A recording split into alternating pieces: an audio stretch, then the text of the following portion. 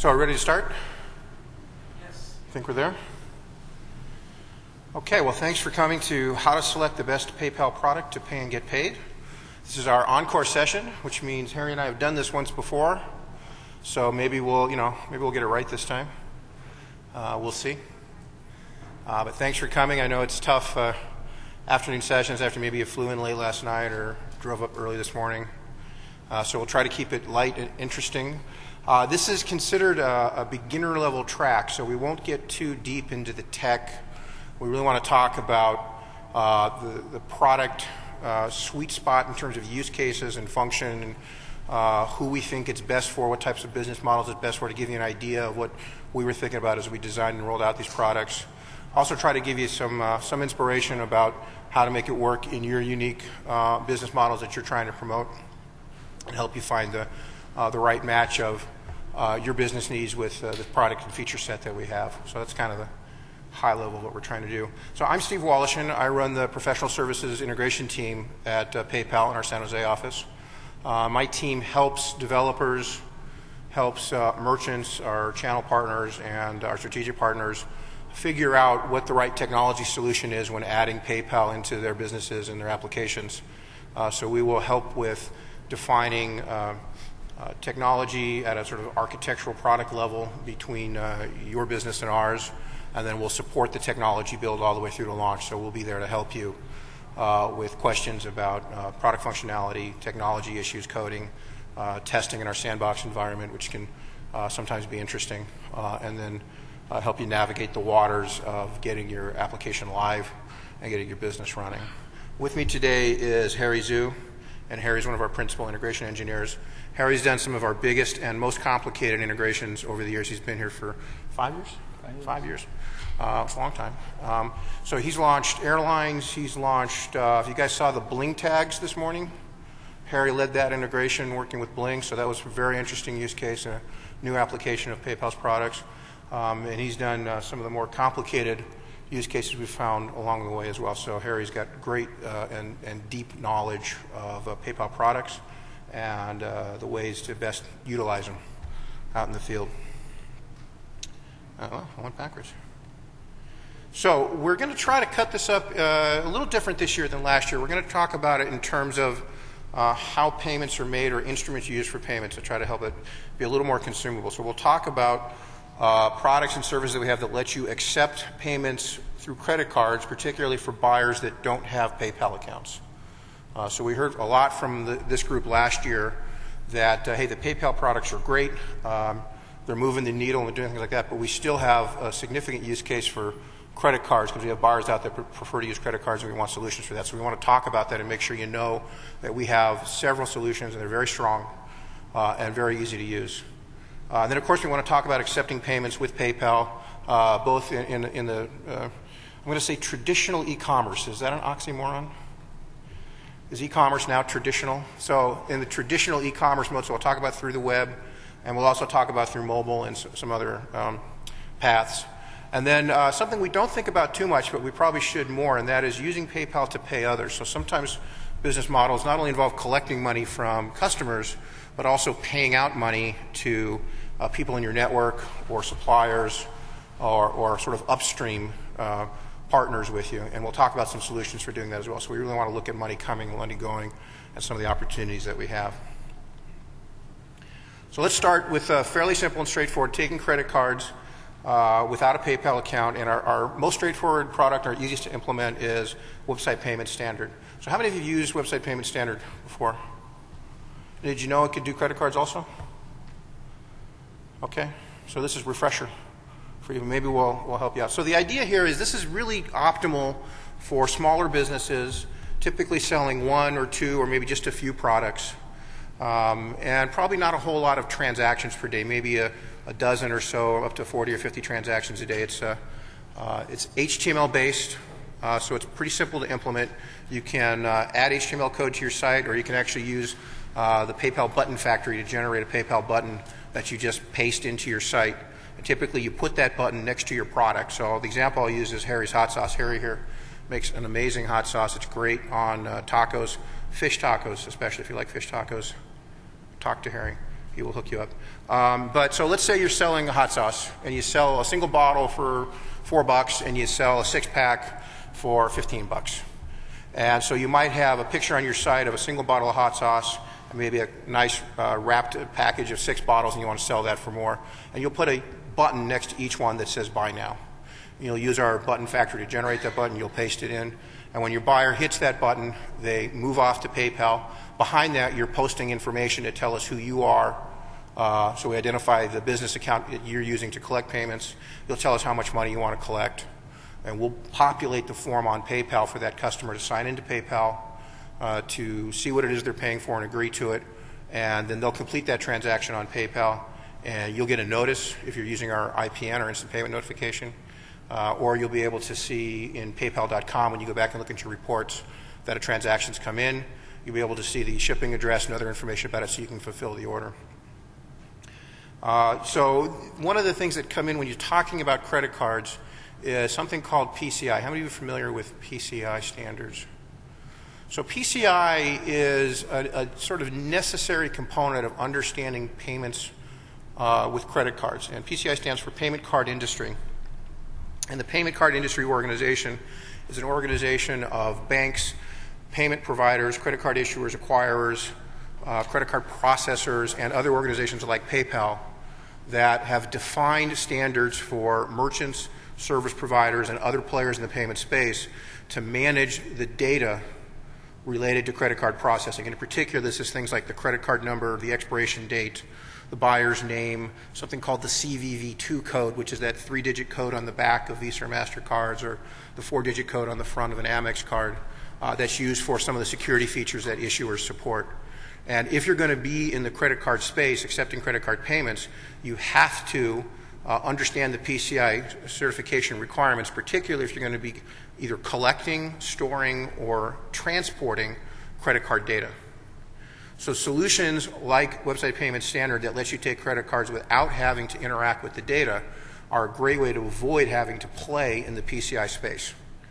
So this is a great tool to use if you don't want to go through the investment of sort of scanning your site, scrubbing all of your servers, doing physical security, doing audits and scans and things like that, which is required to play in the PCI space. It can be expensive, particularly for smaller providers, and some of our solutions will help you avoid that.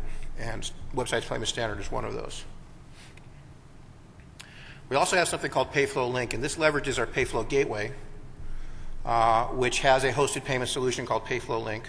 Again, it's hosted by PayPal, which means we will collect the credit card data. We are PCI certified, so we'll do the heavy lifting on the PCI security component. You can use a post to this. There's also a session tomorrow led by Todd Sieber about Payflow Link redesign. So we're actually going to be releasing very soon substantial upgrading of features around Payflow Link that will allow API calls in the background to do more with it, to control look and feel. So the Payflow Link is going to get a paint job and a lot of restructuring that's going to be pretty interesting. But for purposes of this, it's a good example of another way to use a PayPal hosted form through our gateway. In this case, you'll need a merchant account provided either by PayPal or another acquiring bank. So a merchant account is given to you by PayPal or by a financial institution that allows you to be a receiver of credit card payments. So if you think of what you have to do to get a credit card, you've got to go to a bank and fill out an application and have to decide if you're credit worthy, and they give you this little plastic card that you can use to charge. Well, merchants need to do the same thing to be acceptors of credit cards. They have to go to a financial institution, they have to get an application filled out, they have to do some risk evaluation of them, and then they're given a merchant account. And that merchant account is used to represent them in the payment space. Using our Payflow Gateway and Payflow Link, you'll need to have a merchant account. PayPal can get you one, like I say, or other financial institutions can do that, and they may use something called a credit card processor, which is the infrastructure that banks use to communicate credit card data between issuers and acquiring banks and throughout the network. And we'll support that as well. And again, we'll manage the PCI requirements.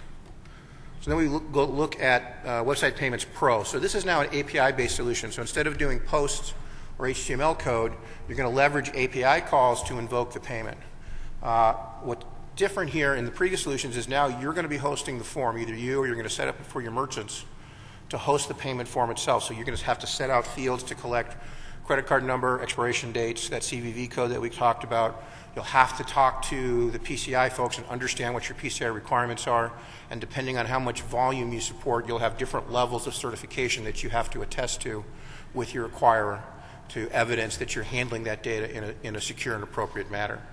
But you'll get a lot more control over the experience. So if you're interested in having very tight control over the user experience, you want that payment form to work in conjunction with other business logic or other functions, and you want to control it all, then the API solution is the way to go to have maximum control over that solution. And again, that PayPal merchant account or a merchant account for another provider is going to be required. And back to PayFlow Pro, there is an API solution to the PayFlow gateway as well, where you can, again, host that payment form, send that data through an API into the PayFlow gateway, and again, out to a merchant account provider from PayPal or from your choice. So similar functionality, but a couple of different paths to get there. Why do Website Payments Pro versus PayFlow Pro? It could come down to a question of what technology stack you're most comfortable with. Name value pair or SOAP are both available. The APIs are slightly different. It could come down to some of the additional features. With Website Payments Pro, we offer something called fraud management filters, which lets you do some simple testing of transactions to see if they could potentially be fraudulent. PayFlow Pro has something called fraud protection system, which does something similar, but a little different. Also, a lot of times when you're in this space, you're going to see shopping carts. Everybody know what a shopping cart is? It's a beginning class, so it's okay. So shopping carts are service providers in the e-commerce space that allow merchants to list their products or goods or services in a sort of a catalog on their website, and they will typically allow buyers then to collect one or more of those products into a virtual cart and then do one payment for multiple goods. A lot of those shopping cart providers, whether they're hosted carts or whether the merchant has to host them, have already done the integration to PayPal, either through Website Payments Pro or PayFlow Pro or both.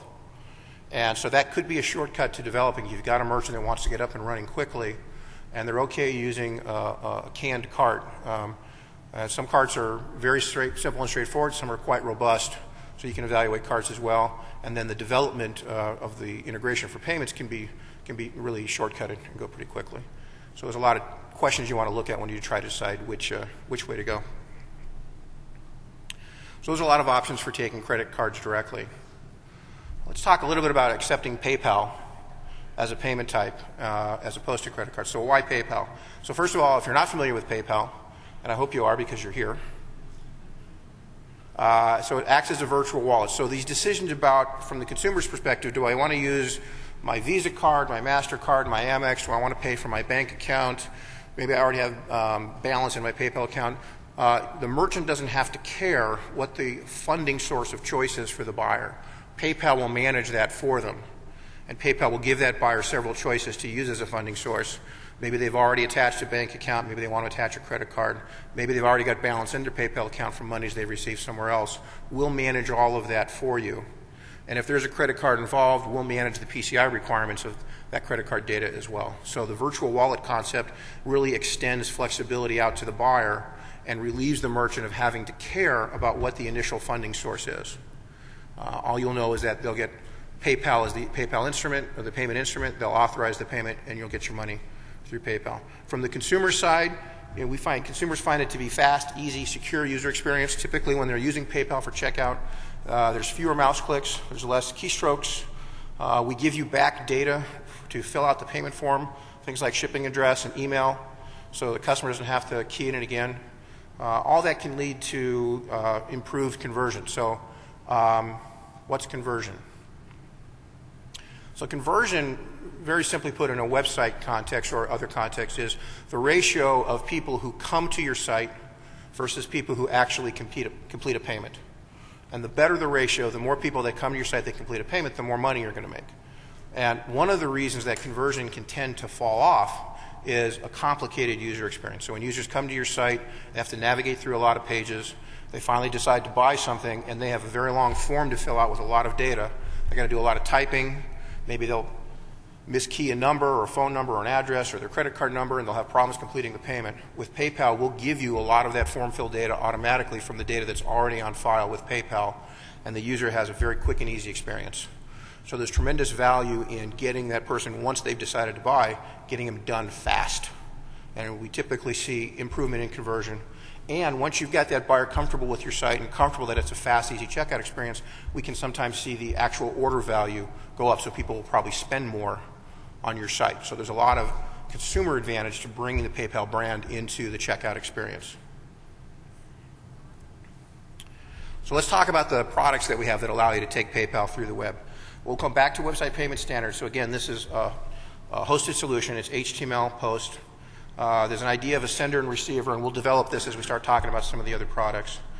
Typically, the buyer will finish that transaction on PayPal, and we will then send you either a notice that the payment's been completed, or we'll let you look it up in your PayPal reports. So if you do a once-a-day check on your transactions, you can see orders that have come in, or using that IPN post that some of you may be familiar with, you'll know that an order's been completed. You'll have to figure out shipping and tax if you're going to charge that, or if you have a fixed amount. You can just include that in the amount, so you'll want to do that math and calculation before you send the customer off to PayPal. So again, it lends itself better perhaps to businesses that have a single product or just a few products, where you already know the weight of the product, you know what it costs you maybe to ship it across the country, and you just have one fixed shipping amount. So every order that comes in, you're going to charge $4 for shipping. You don't have to do any special math or calculations to do that, so you'll just add that into the price. And Website Payment Standard lends itself well to that. Website Payment Standard also supports subscription models and automatic billing models. So if you want to do recurring payments for things like subscriptions, or you want to charge that person on a regular basis for access to your site or something like that, you can use models within Website Payment Standard to support that as well. And then there's Express Checkout. Now, this is our sort of flagship product for web checkout. And this is an API-based solution. And there's really three primary API calls: set, get, and do, which basically link you and the buyer together, so we know who both of you are and you know who both of us are.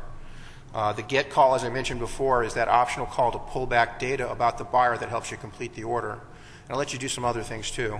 And then finally, the do call is the sort of call to action. So this is where you'll do the completion of the transaction. There's a couple of models here. There's one called a sale model, which will tell us that you're done with the transaction, and we'll immediately fund that transaction and settle it into your account. And there's one case called auth and capture, or authorization and capture. And this is useful if you're not going to be fulfilling orders immediately. So let's say you're going to get those orders in today, but it's going to take you 2 days to ship your product out the door. So you might want to authorize it today. That gives you permission from the consumer, and if there's a credit card involved, permission from the consumer's bank on their credit card to accept that payment method. And then a couple days later, when you put that product in the box and ship it out, you'll come back in and you'll do the do capture call, which will affect settlement. This allows you to do PayPal as a payment type in a similar fashion that you might with credit cards. With credit cards, there's typically a rule that you can't capture the funds until the product is shipped. So if you want to sustain that business model through the PayPal payment type, you can do that here as well. There's some other advanced features too, like a shipping or a tax callback. So one of the things you can do is, let's say you don't know what your shipping charge is going to be because you're going to base it on distance and you're going to base it on weight. And you really won't know what the weight is until all the products are selected, and you really won't know the distance is until you know what the shipping address is. So through something called an instant update, you can do a call where, while the consumer is still on the PayPal site, they've identified the shipping address they want to do, you can pull that data back, calculate any tax or shipping amounts, and send an update back into PayPal with the corrected amount of the transaction. So the consumer sees the final actual dollar amount that you're going to charge. This can help with conversion, because one of the things consumers don't like is uncertainty. So although PayPal will let you authorize for one amount and capture for another if you're going to do add-on sales, the more complete information you can give them up front, the higher the confidence the customer has in that sale transaction. And then we have adaptive payments. So this is our X platform that you've been hearing about a lot today, that allows you to do either web or off web, but it can be useful in web as well. So use cases here might be social payments. Maybe you're going to have a family fund for college, and everybody will kick in, on your kid's birthday or holidays or Christmas or something like that, will kick in, excuse me, $25 or $50 for the kid's college fund, and that way you can collect payments that way, and it's easy to do. You might have office party pools, or you might have some of the really amazing things we saw earlier this morning with Uyala or some other things come out. This is again is API, but you'll notice now we've added a third person. We've added a sender and a receiver, but now we've got a caller. So what's happening with adaptive payments is we're now allowing multiple parties to participate in the payment. And this opens up to a lot more non-traditional use cases. So the concept of a caller is the sender is the person who's sending the money out, the receiver is the person who's receiving the money, and now we can have a third person that actually initiates the payment action. And that app caller could be a sender, could be a receiver, but doesn't have to be.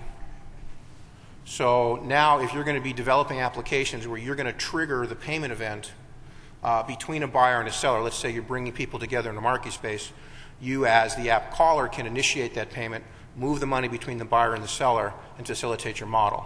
Whereas in a just buyer and seller model, either the buyer or the sender has to initiate that action. Now, you can do it without being party to the transaction, but you could also be party to the transaction. So if you want to monetize those transactions, we have the concept of doing parallel or chain payments in adaptive payments so that you can have one sender and have that money go to multiple recipients. So let's say you're going to provide that service between a buyer and a seller, and as an accommodation for setting that up, you're going to take a nickel out of every transaction. That's how you're going to monetize at the point of the transaction. So if a $10 transaction comes in, that sender is going to send out $10, you're going to keep 5 cents, and the $9.95 goes on to the receiver, and you've now been paid for providing your service. You don't have to do a separate billing to the back-end receiver. The receiver also doesn't have to worry about reconciliation or doing a month-end owe or something like that. It's all settled up front, and whatever money he gets to keep. With the chain payment, you can have up to 6 receivers, or with the parallel payment, I'm sorry. The chain payment model is a little variation on that. It's a little more advanced. And this is, you could have in a parallel model, let's say I'm going to go into a marketplace, I'm going to buy a suit, a pair of shoes, and a belt. And you as the app caller are going to set this up so that I can see multiple vendors. I can pick my suit vendor, my shoe vendor, and my belt vendor. And I like pretty good suits, so let's say the whole ticket's going to be $500. $300 for the suit, $100 for the shoes, and $100 for the belt, because I like really nice belts too. So you'll set this up as the app caller to call me to send $500. The parallel recipients will each receive $300, $100, and $100. In PayPal.com, as the sender, I will see 3 separate transactions show up. Each of the buyers, each of the receivers will see their individual transactions show up. And that's a parallel payment. But let's say the model is going to flip a little bit. Let's say instead of you bring me into a marketplace, you're going to be reselling shoes and belts on behalf of suppliers that you work with, and your primary product is suits. So you're selling suits, and you say, hey, I'll bring you into the deal, I'll sell your shoes for you, I'll sell your belt for you, but I'm going to be the merchant in this case, or I'm going to be the primary seller. In this case, a chain payment would be the way to go. So you would call the payment for $500. I would send you, as the sender, that whole $500. In that same transaction, then you would then push that $100 to the belt vendor and that $100 to the shoe vendor. They would get their money. You might keep $5 out of that as your monetization for that as well. But as the sender, all I'm going to see is the $500 transfer to you. Now, this has some interesting implication in terms of liability. So you really want to vet these models and talk to us about it before you implement it. Because if you're going to be the front end receiving, in this case, all $500, then you're going to have liability for all the products and goods sold. So you'll need to understand that before you do that. You'll have to have some way to get recourse with the shoe vendor and the belt vendor in case there's a problem. So we can help you talk through those things and understand those. And Harry's going to talk about mobile. I went long, so Harry's going to talk fast. All right. Thank you, Steve. So payments are coming to mobile. Mobile phone, a smartphone, is practically a small computer in people's hands. You can do everything that you do on the web on mobile phone. With Mobile Express Checkout, we're extending our Express Checkout product on the web to mobile devices. It's basically a mobile optimized page that you normally redirect to PayPal. So you can leverage everything that you've built on the web for mobile sites. So if you have a mobile website, instead of redirecting the user to the regular PayPal page, you redirect them to the mobile Express Checkout page. So it's the same API, just a different browser redirect. Currently, we have this mobile optimized site in iOS. That's your iPhone, iPod Touch, iPad, and Android devices. And we're currently adding more to come. The Mobile Express Checkout product can be used in both a mobile website and also in a native app. So in a native application, we have a Mobile Express Checkout library. By including the library, you can use a web view to present the Mobile Express Checkout page hosted by PayPal. For a standalone product, for a native app, we also have a mobile payments library. The mobile payments library is a software library you include in your native application. It does not require any server-side technology, so it's all included. You include it in your application for iOS and Android, and we're also making the library on other operating systems as well. So the difference between these two products is just one is only for native app, and Mobile Express Checkout can be used in both. And then Mobile Express Checkout requires some server-side technology, while Mobile Payments Library does not. We also want to mention the capability of PayPal Network for making payments to others. So it can be business-to-business payments, as you have seen in the general session.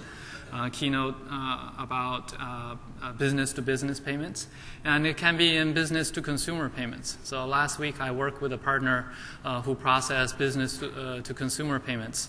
They're doing online shopping referrals. So consumers earn points, and then they can redeem their points for various incentives. Prior to integrating PayPal, they did gift cards. Consumers can redeem for gift cards. But as we all know, gift cards are tied to a specific store, and you also have to wait.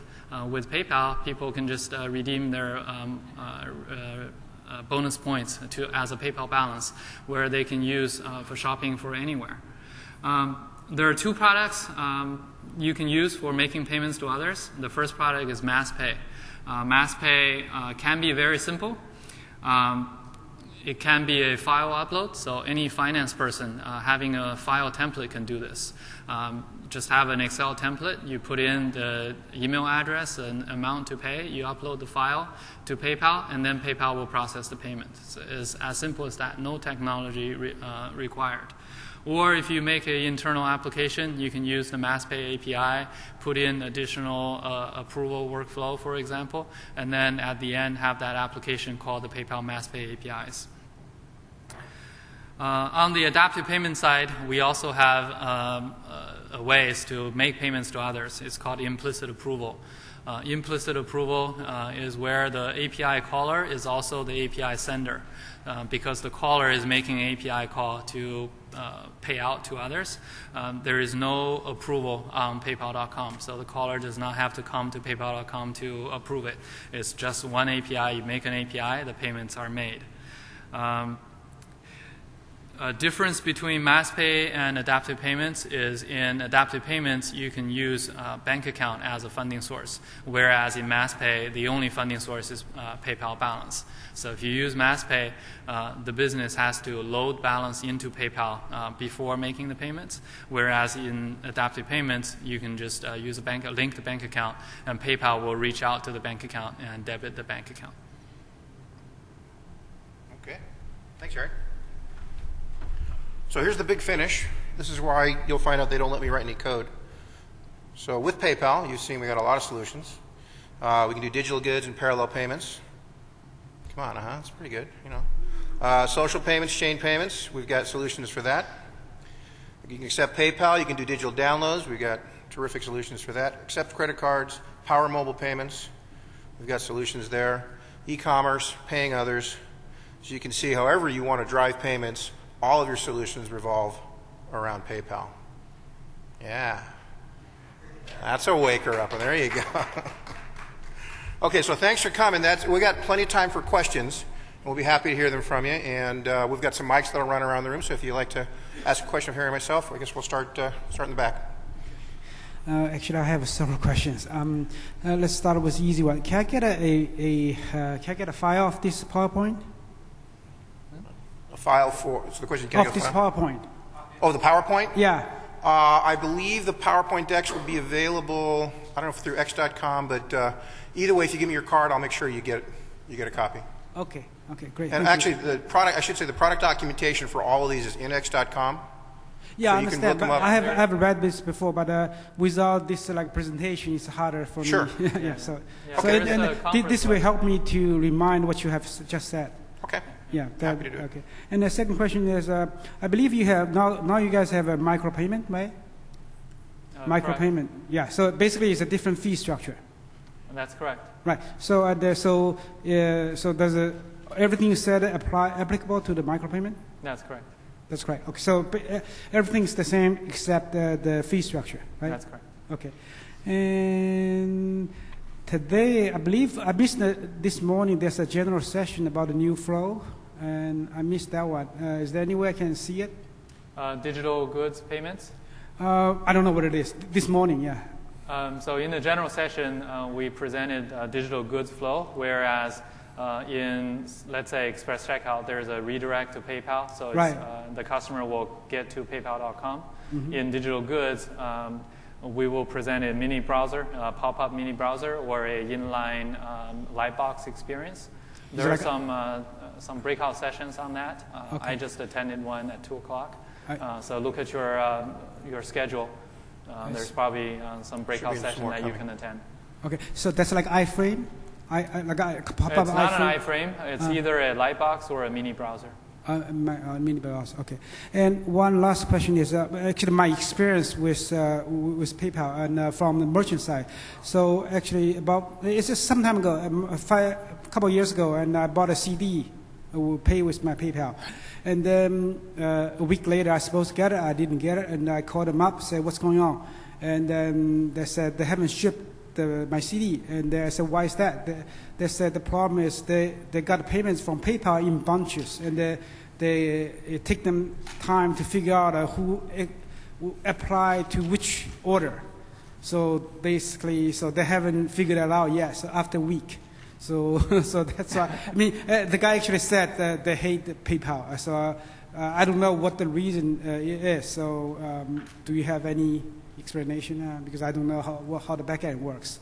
Sounds like a merchant integration issue. So with every order, every time you redirect the user to PayPal, you can embed a reference ID, sort of like a order ID. And then with that order ID, you know exactly which order is from whom. So if you use the order ID, then you can track the payments.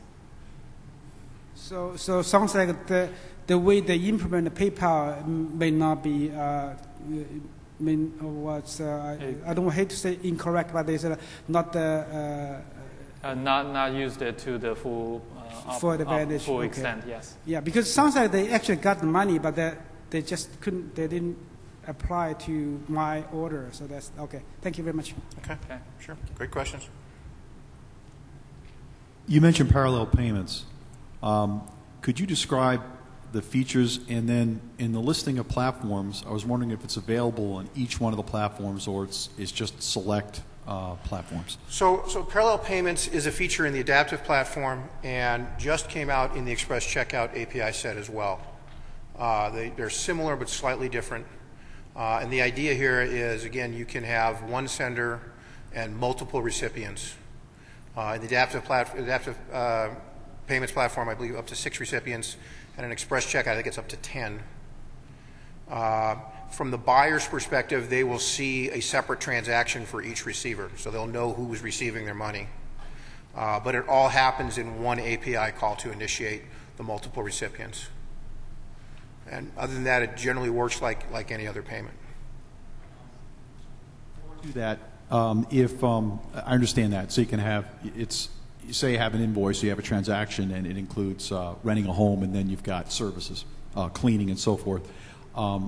Does the API also support the notion of rolling back all the transactions if one fails, or is that the responsibility of the developer to kind of design that type of application? Yeah, so Harry can talk to the sort of fail logic. Adaptive payments does. There's a flag. You can be all or none. So roll back all the other parallel payments if one fails. And that's available on all the platforms that you listed? Only in adaptive payments. In adaptive payments. Okay, thank you. You have a question over here on this side. Hi. I have two questions for you, and I'm going to start with probably the most important one first. Your authorization page that comes up after you get a pre-approval token is beautiful. You changed it a couple months ago. I love the new design, but it's 1,000 pixels wide, and I was wondering if you're ever going to allow for customized authorization pages, because right now it's very apparent that you're going to the PayPal website, and it looks great, but I have your site coming up in an embedded browser, and it really messes up the user experience. So I was wondering if you're ever going to allow us to change the user authorization page. Right, not that I know of. There is a usability lab here on in the conference. Probably a good question to redirect to the person over there. The other question I have for you has already been addressed, but it's about the microtransactions, the new feature. Right now it requires a new account for that, and I was wondering if that's ever going to be integrated into just one account, because right now it's quite a bit of software work to manage two different accounts. That is old news. Okay. So in this conference, we just announced that we will have a one account that we differentiate by pricing. Sorry. So micropayments is, so we automatically, it does involve a enrollment, so you have to sign up for it. Once you sign up for it, it automatically flips between the two models, payment models, based on pricing. Will chain payments be available in the Express APIs? Is the intent to do that as well? Not now. Is it on the roadmap? I don't work in product. I have not heard it's on the roadmap. So chain payments today is managed only in adaptive payments. Yeah, so I would say I don't think it's officially on the roadmap. I think what we want to see is what the level of engagement is using it in the Express Checkout model for parallel, and see what the feedback is like. So as we were considering extending into that product line, the feedback that we had was that parallel payments was an ask, and not so much on the chain side. So it's kind of a wait and see. But we'll take that as a data point.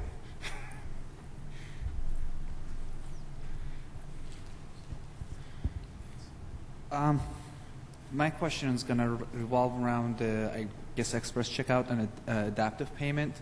And more particularly, I think the parallel payment or the chain payment is where it comes to play. We offer software that professional accountants will use, and regards they're interacting with the consumers directly. And when as we utilize PayPal with them, we want to take the portion of the cut in that regards. However, we're not interested in our organization appearing on their PayPal account as a debit. We want to actually represent the accountant in that regards. How would we go about doing it? From what you suggest, it doesn't seem like the chain. So a chain payment would be the way to do it. You'd have an agreement with the accountant of what percentage or fixed amount of each transaction you'd monetize. You could be the caller. The payment would go, so let's say it was $100 and you were going to take $5 of that. So I, as the sender, would see $100 debited from my account and credited to the accountant. There would be a separate transaction that would immediately happen to move $5 from the accountant to you. Okay, but the customer is going to see actually the account rather than... All they're going to see is the $100 payment. Okay.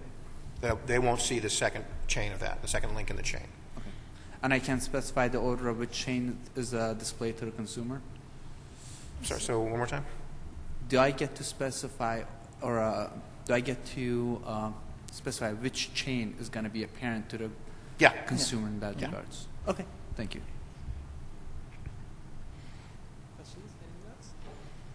No more questions? Well, you guys are easy.